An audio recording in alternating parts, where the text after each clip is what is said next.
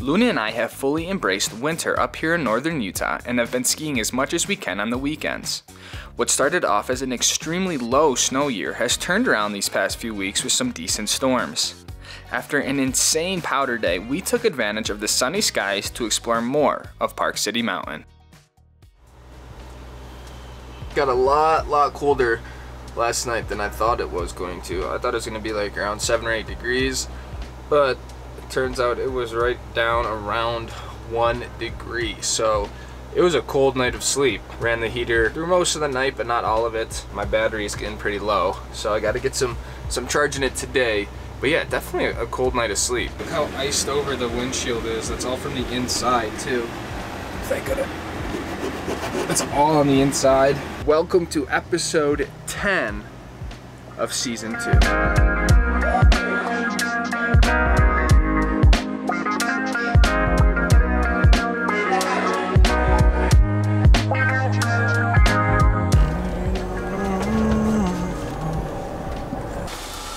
Big van, I need you to go around, park it on the snowbank on the other side. You got big vans up there though. It's gonna be up to you, go ahead. Okay, thanks. It looks like they give me van priority parking and they put me on the end of the parking row just so I had a little bit more space. But they definitely jam people pretty tight in here. I gotta make sure I can open up my back doors.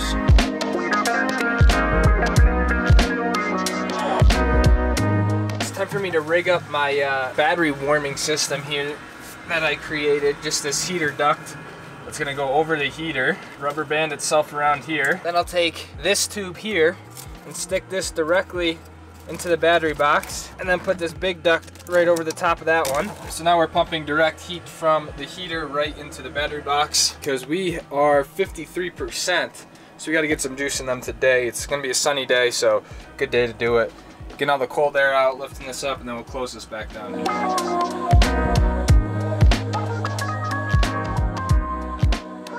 Trying something totally different here for breakfast.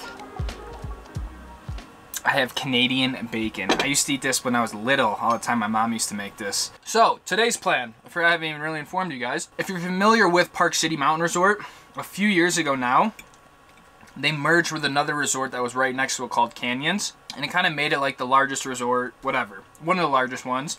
But anyways, they put a gondola in that connects the two resorts, and so today my plan is to go ski on the other side of the mountain at Canyons Resort.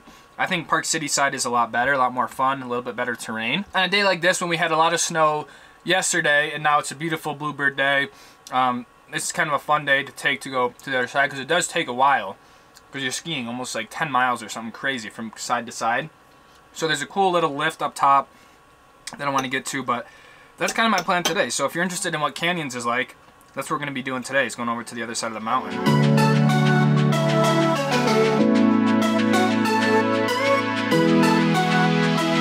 We finally made it up here on the lift. We are a little bit behind schedule again, but it's Sunday, and Sundays tend to be my chill ski day. So I had to deal with my solar panel because I was getting my batteries at the temperature. I had so much ice and junk on my solar panel that I had to make sure that was all clear so we can get maximum sun today. I made it up to the Three Kings lift, which is where all the terrain parks are. And I had someone message me the other day asking if there was terrain parks in Park City. And Park City is basically known for their terrain parks. They make some of the best parks in the entire country. As I get older, I tend to shy away from the park just because, I don't know, I have more fun doing other things, to be honest, but feels good to make it up on the lift. It is an absolutely beautiful day, so I'm looking forward to another awesome day of skiing here in Park City. Try alright, I'm not even worried, but I can hear the silence you describe. Don't be ashamed, we can always leave this place and go where no one knows our names. I wasn't even able to get my skis in the bin to get on the gondola. And right as I was about to get on, my camera battery died, so I was gonna try to grab it on my phone, but that didn't work. So then, luckily, I met up with Master Van Builder Joe. He basically told me everything I knew about skiing as well. So he just got out here in Park City, so we're gonna try to rip a few laps over here. They showed that 99.90 is on hold. I'm not sure exactly why yet, But it's always fun just to ski around. You can kind of ski through the houses over here. So I'm probably gonna throw this camera away, get the GoPro set up, and start to ski over to 99.90. Regrets and windows down, down, down.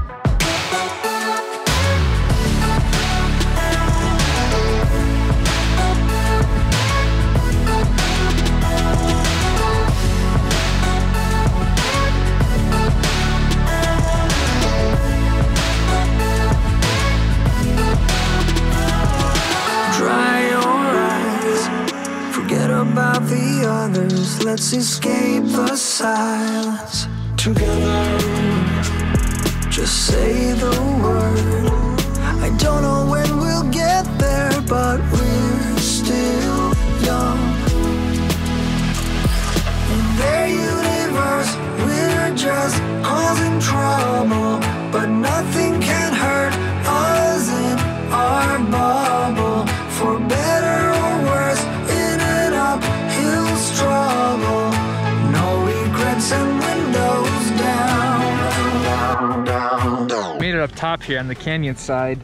Basically the lift that is similar to Jupiter on canyon side is called 9990 because that's the elevation that it is, about almost 10,000 feet. But when we got up here, it's on hold. They're roping it all off, and as we kind of skied down past it, there's a bunch of ski patrol and sort of like public safety people with a helicopter down there, and we could just see up on the bowl there's a bunch of avalanche slabs or slides that happened, especially with all the new snow over these past 2 weeks. So we're wondering if they're either trying to find someone or if they're just maybe still monitoring the backcountry area. I don't really know, but long story short, the lift is closed right now. It's on hold, but I think they'll probably open it up here in a little bit. So we're gonna rip some runs off what's called Peak 5, which is just to the right next to it. I feel like I have a duty with you guys just to inform you about what's kind of the real dangers of stuff like this, even being so close to it at a resort like we are now. And I think that's where people get kind of mixed up, is that it's so accessible here, but the danger is just as real. So anyways, long story short, Joe and I are going to rip a few laps up here, see if we can get some leftover fresh snow. But still a beautiful day.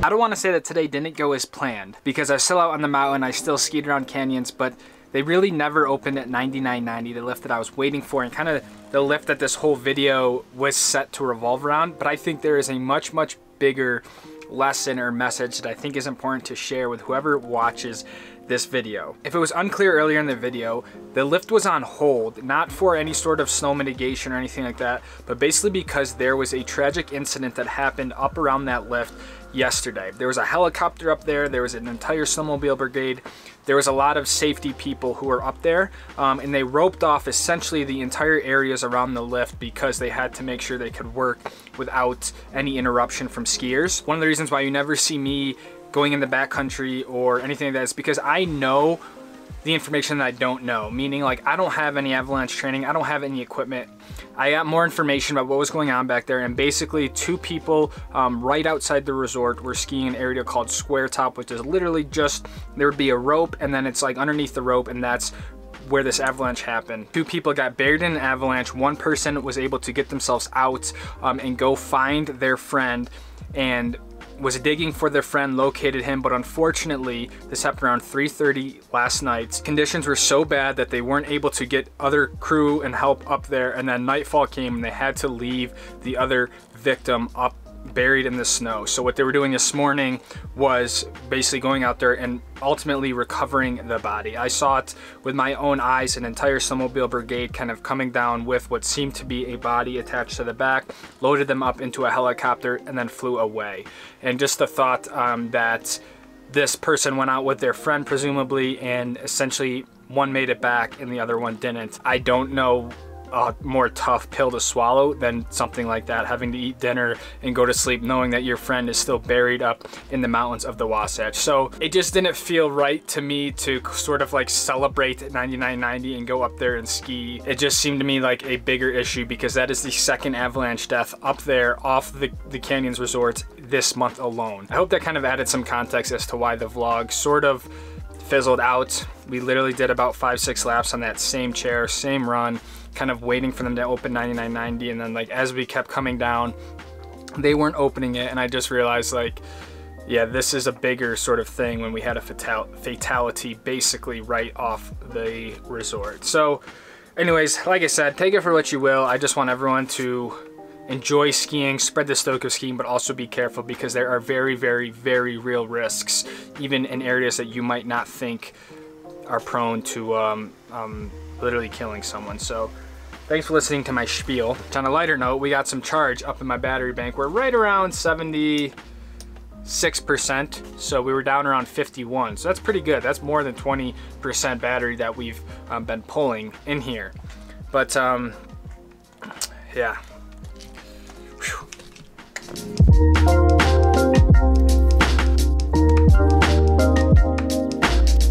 With all that being said, I'm gonna sign off episode 10 right here. I have a huge ski itinerary for basically the rest of the season. We got Sun Valley, we have Southern Utah, we have Grand Targhee, we have Alta, we have Snowbird, right? I mean, we are trying to go to as many ski resorts as we can before the season comes up, because we're already into February, which is just crazy. So thank you to all of the members of the Stoke Squad as I make this video. Barbara, Benny Burrito, Ricciardo, Alberto, Matt Pike, Fred, and Andrew. Thank you guys so much for believing in me and supporting me with some dollars. So with all that being said, thank you guys. I will see all of you guys in the next episode. Have a great weekend, fam. Peace out.